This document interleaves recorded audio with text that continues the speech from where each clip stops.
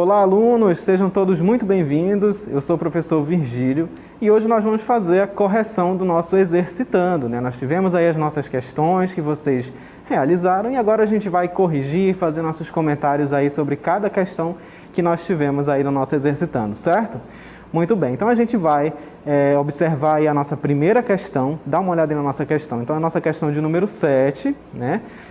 E ela traz aí um conteúdo sobre a altitude, né? Então, olha só, a altitude é um fator que influencia condições ambientais e, por isso, é levada em consideração na prática esportiva.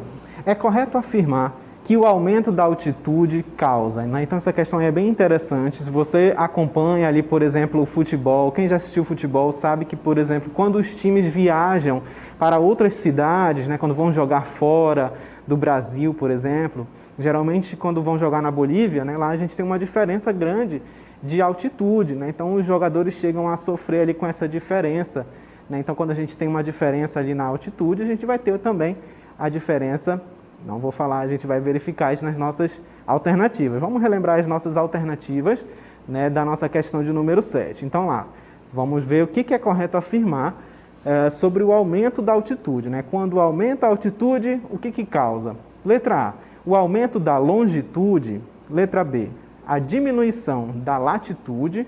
Letra C, aumento da densidade do ar. Ou letra D, diminuição da pressão atmosférica, né? Então, como eu citei o exemplo, né, do nosso conteúdo ali, que nós estudamos sobre pressão atmosférica, né? Quando você tem ali o fator, no caso, a altitude, né? Quando a gente tem o aumento da altitude, diminui, então, a pressão atmosférica. Então, a nossa resposta correta, como a gente pode observar, é a nossa letra D, certo? Olha aí, letra D, então, D de diminui a pressão atmosférica. Então, vamos voltar aqui no enunciado da nossa questão, né, que diz o seguinte, que a altitude é justamente esse fator que influencia condições ambientais. Por isso é levado em consideração na prática esportiva. Lembra que eu citei o exemplo do futebol, né? Porque os times se deslocam para outras cidades e algumas delas têm diferenças de altitude. Então, quando nós temos aí o aumento da altitude, né, nós temos a diminuição da pressão atmosférica. Lembra das cidades, né, onde nós observamos, por exemplo, as cidades que são aqui, ó, no nível do mar, né? Vamos fazer aqui um desenho bem simples. Aqui nós temos, então, 0, que são as cidades que estão próximas ao mar, e as cidades que ficam aqui mais elevadas, né? Com uma altitude maior. Vamos colocar aqui um exemplo aqui de uma casinha. Então, nessa parte aqui do nível do mar, observa essa seta. Essa seta é a seta da pressão atmosférica, né? E a gente sabe que nessa região aí, a altitude é menor, né, tá no nível do mar, mas a pressão atmosférica ela vai ser maior. Então, quando você aumenta a altitude, observa que subiu aqui, ó, olha aqui o tamanho da seta da pressão atmosférica, é menor, né? Então, a gente tem a nossa resposta aí, letra D, diminuição da pressão atmosférica, certo? Mas, para confirmar, a gente vai observar aí o nosso gabarito na nossa próxima imagem, onde nós temos aí o gabarito da nossa questão de número 7, né, trazendo aí também o gabarito e o comentário, olha só. Então, como eu mostrei para vocês, a resposta correta, né, é a letra D, e aí o comentário da nossa questão. À medida que a altitude aumenta, a pressão atmosférica diminui. O ar torna-se mais rarefeito e leve, né, exercendo, então, menos pressão sobre a superfície. Tá? Então, esse comentário aí, reforçando o que nós comentamos sobre a nossa questão, né? Reforçando a letra D, que é a resposta correta, da nossa questão de número 7, certo? Muito bem. E nós tivemos também aí uma outra questão, que foi a nossa questão de número 8, que é que nós vamos relembrar e fazer a correção dela agora. Observa aí a nossa 8ª questão. O ar é matéria e, como tal, ocupa lugar no espaço. Assinale a alternativa que apresenta uma afirmação falsa sobre o ar, né? Então, vocês leram aí as alternativas e uma delas tem uma informação errada sobre o ar, né? A gente teve nossos estudos ali sobre o ar, falando que o ar é matéria, então ele ocupa um lugar no espaço. Vamos observar então as nossas alternativas. Na letra A, nós temos o seguinte: o ar existe não só na atmosfera, mas também no interior do solo. No interior do solo, vamos marcar aqui, nas águas dos rios e dos mares. Essa alternativa ela está certíssima, né? A letra A ela está certa. Vamos marcar aqui então. Né? A gente encontra o ar não só na atmosfera, a gente vai encontrar também no solo. Lembra que nós temos seres vivos, né, vivendo ali no solo, como as minhocas? Eles precisam de ar. Os peixes não retiram o oxigênio da água, então a gente vai ter também o ar presente na água, né, dissolvido ali na água. Então a letra A está correta. Na letra B, a gente está vendo aí que o ar não tem massa. Olha, está dizendo aqui que o ar não tem massa. Será? Vamos colocar uma interrogação aqui, mas vamos ver as nossas próximas questões. A letra C, questões nas próximas alternativas. Na letra C a gente tem o seguinte: a força que o ar exerce sobre os seres e as coisas constitui o que chamamos de pressão atmosférica. Né? E a gente acabou de ver essa informação na nossa questão anterior.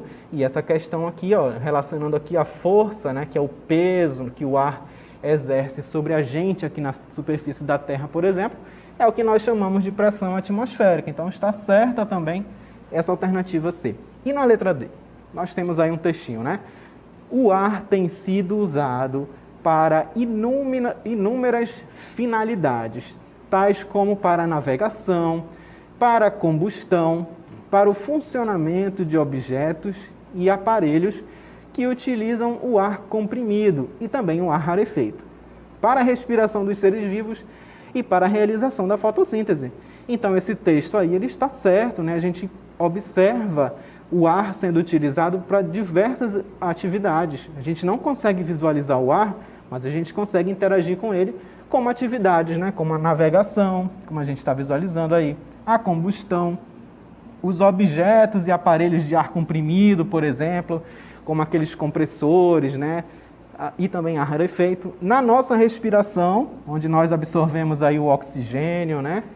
E eliminamos o gás carbônico, a gente absorve esse oxigênio aí do ar. E na realização da fotossíntese pelas plantas, onde elas vão também retirar esses gases do ar. Então a nossa letra D, ela está correta, certo? Então olha aí, opa, não ficou legal. A nossa letra D, ela está correta também. Então vamos voltar lá para a nossa imagem anterior, onde nós temos a seguinte informação, né? Eu deixei justamente pendente a letra B, porque é justamente a nossa letra B que está incorreta. Então olha só, o ar não tem massa. Isso aqui está errado, dizer que o ar não tem massa, porque olha só, a resposta está dizendo aí na nossa questão, ó, o ar é matéria, certo? Então tudo que é matéria, ele vai ter massa e vai ocupar um lugar no espaço. Então a letra B tem uma informação incorreta, né? O ar tem massa sim, né? Então dizer que o ar não tem massa está incorreto, portanto a letra B é a resposta aí da nossa questão de número 8, ok? Vamos observar agora aí o nosso gabarito, certo? Na próxima imagem nós vamos ter aí o gabarito. Olha lá, então o ar é matéria e, como tal, ocupa lugar no espaço. Assinale a alternativa que apresenta uma informação falsa sobre o ar. E essa alternativa que traz ali uma informação falsa sobre o ar foi justamente a nossa letra B, que dizia que o ar não tem massa, quando, na verdade, se o ar é matéria e ocupa um lugar no espaço, o ar tem massa, né? Então a nossa letra B é a que responde aí a nossa questão de número 8. Na próxima imagem, a gente observa o comentário da nossa questão. A afirmação contida na alternativa B é falsa, pois, como todas as coisas que conhecemos, o ar é composto de matéria. Afinal, é formado por diversos gases que, por sua vez, são formados por átomos. Então, o ar tem massa e ocupa espaço. Né? Então, como nós já tínhamos comentado, se o ar é matéria, né? O ar ele tem massa. Então, dizer que o ar não tem massa é uma informação incorreta, certo? Então, a gente pode observar aí a correção das nossas questões, né, de ciências relacionadas com o nosso conteúdo sobre o ar, onde nós vimos a diferença, né, de pressão atmosférica relacionada com a altitude e também podemos confirmar um pouquinho aí sobre a forma que a gente interage com o ar e dizer também que o ar tem massa, certo? Então essas foram as nossas questões aí de ciências. Eu agradeço a todo mundo que participou, que corrigiu aí, que acertou as questões. Parabéns para todo mundo que acertou e a gente se encontra aí numa próxima aula.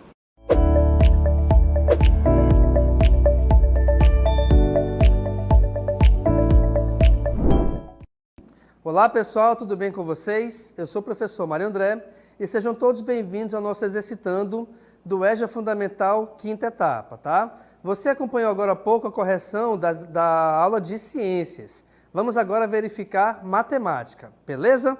Acompanhe comigo então essa primeira questão. Nós temos aí o seguinte texto, né? A alternativa correta, que é resultado da expressão dada a seguir, e nós temos uma expressão envolvendo operações matemáticas de adição e subtração, envolvendo também símbolos. Eu vou fazer o seguinte, então, inicialmente, pessoal. Eu vou deixar essa questão um tempinho aqui na tela para você tentar resolver, tá bom? E daqui a pouco a gente volta para conversarmos sobre ela.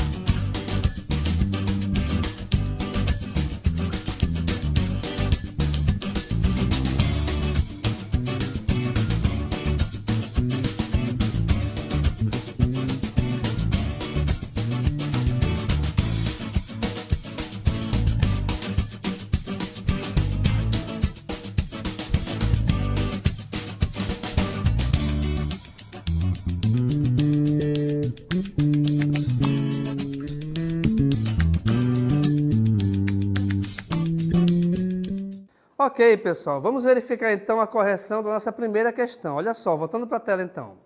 Nós temos aí então uma expressão, certo? Onde ela possui, logicamente, operações matemáticas e também símbolos. Vamos primeiramente aqui conversarmos sobre esses símbolos. Nós temos três tipos diferentes. Eu posso ter parênteses, eu posso ter colchetes ou posso ter chaves.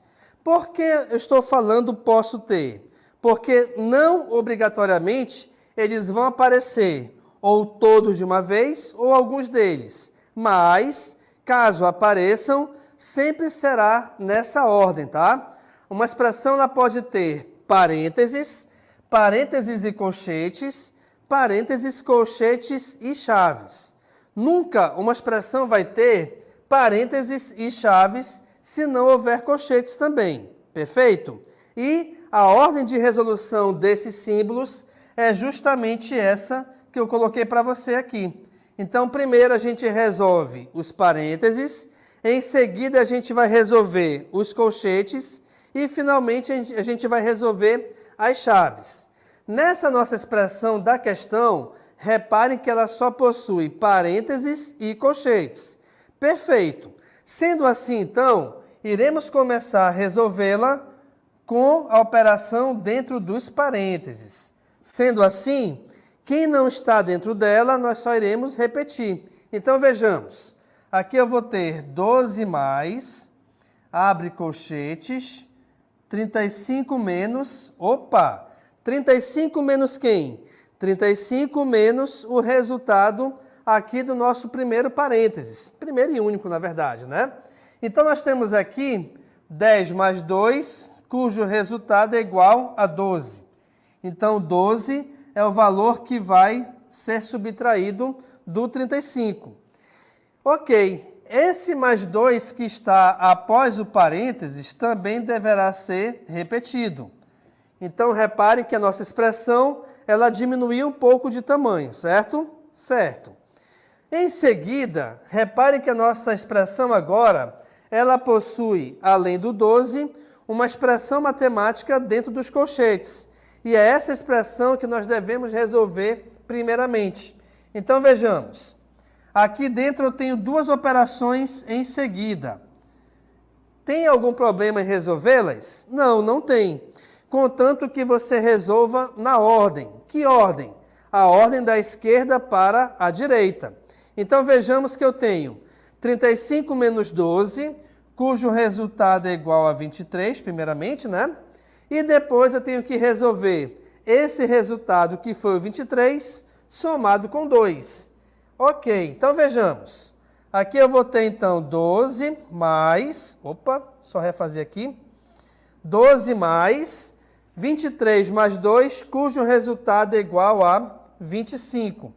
E, finalmente, nós temos que resolver essa adição. Sendo assim, 12 mais 25, obviamente, o nosso resultado é igual a 37. Com isso, então, a gente verifica que o gabarito da questão é a letra A. Então, vamos verificar aqui, olha lá, justamente confirmando, então, nosso gabarito, que é a letra A, certo?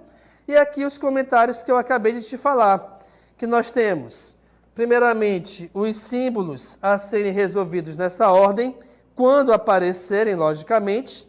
Depois, resolveremos, primeiramente, multiplicações e divisões, caso apareçam, o que não foi o caso, mas não tem problema, e também adições e subtrações.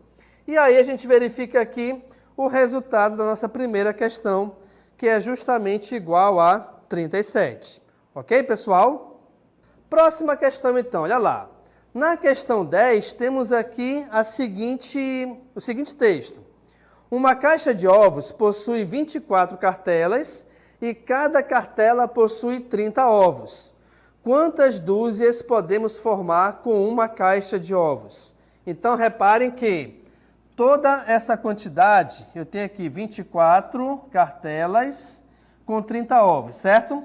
Toda essa quantidade é referente a uma caixa, perfeito? Ok, então olha lá.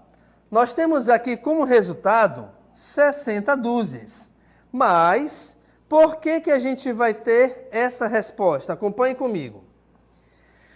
Bem, pessoal, nós temos aqui, primeiramente, o total de ovos, que equivale ao total de cartelas multiplicado pelo total de ovos em cada cartela. Então, nós temos aqui o seguinte: nós temos 24 cartelas, onde em cada uma delas possui 30 ovos.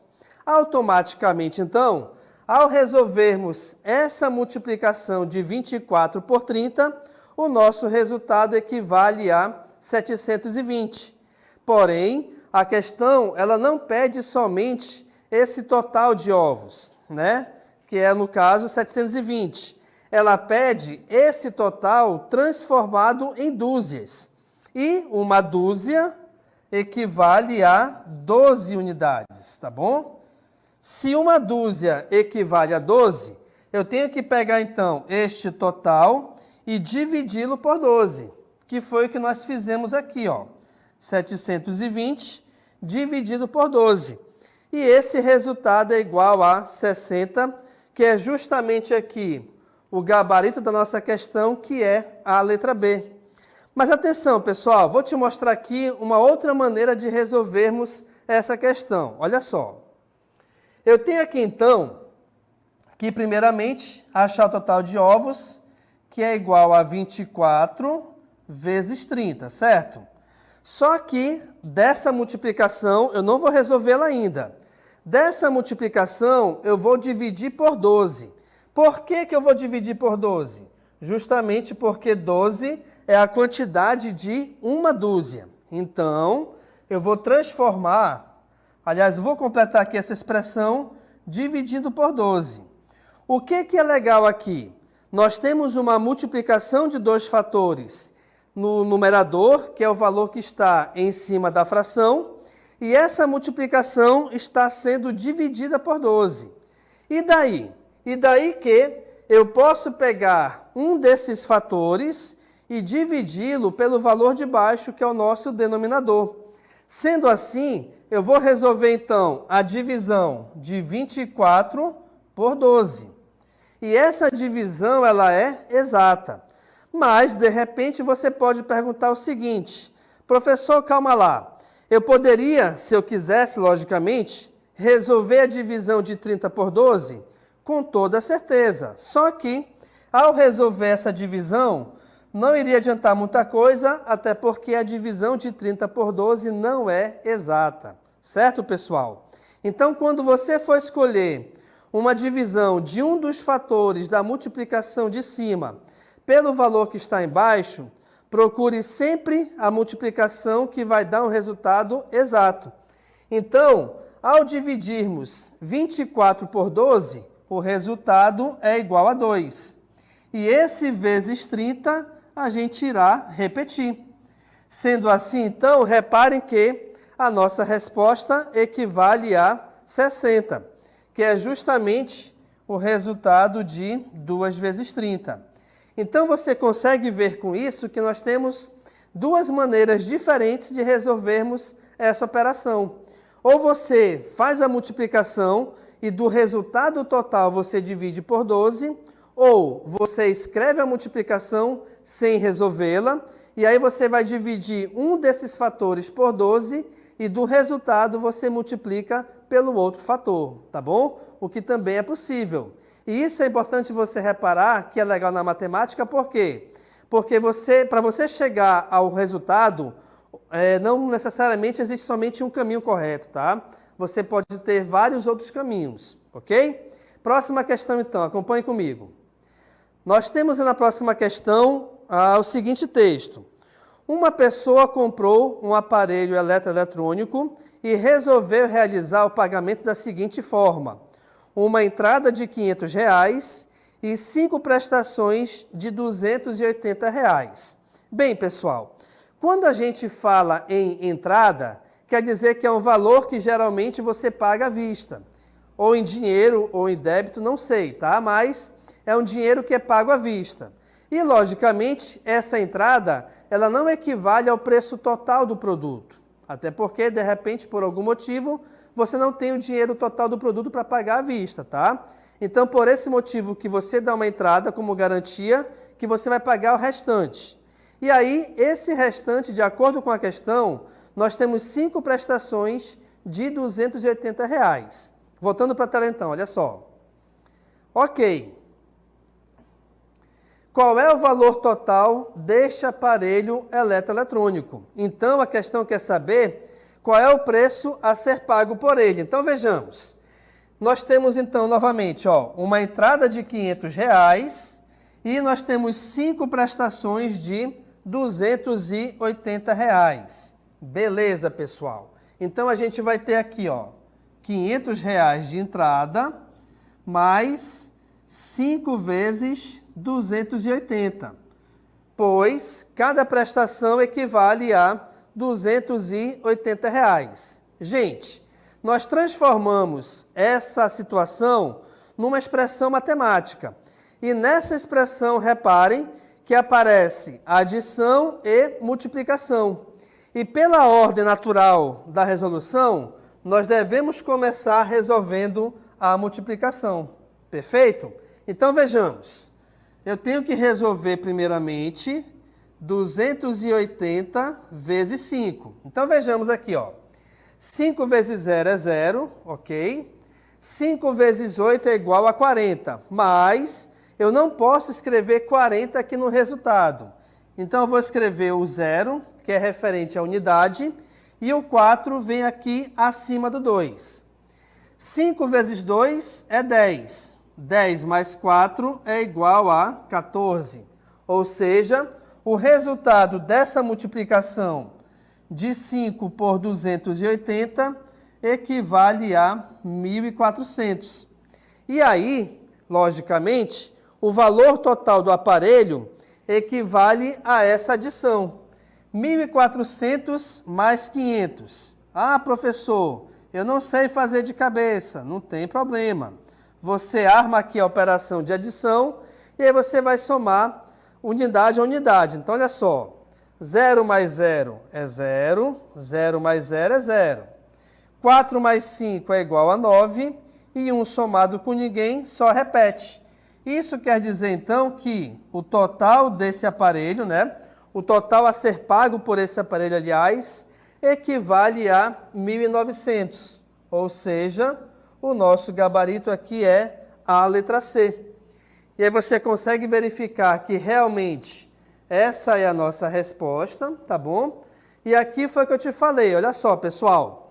Nós temos sempre o seguinte, que o valor total de uma compra, quando ela não é paga à vista, ela equivale à entrada somada com o total de prestações, tá? Essa entrada, ela sempre vai ser somada com o total de prestações.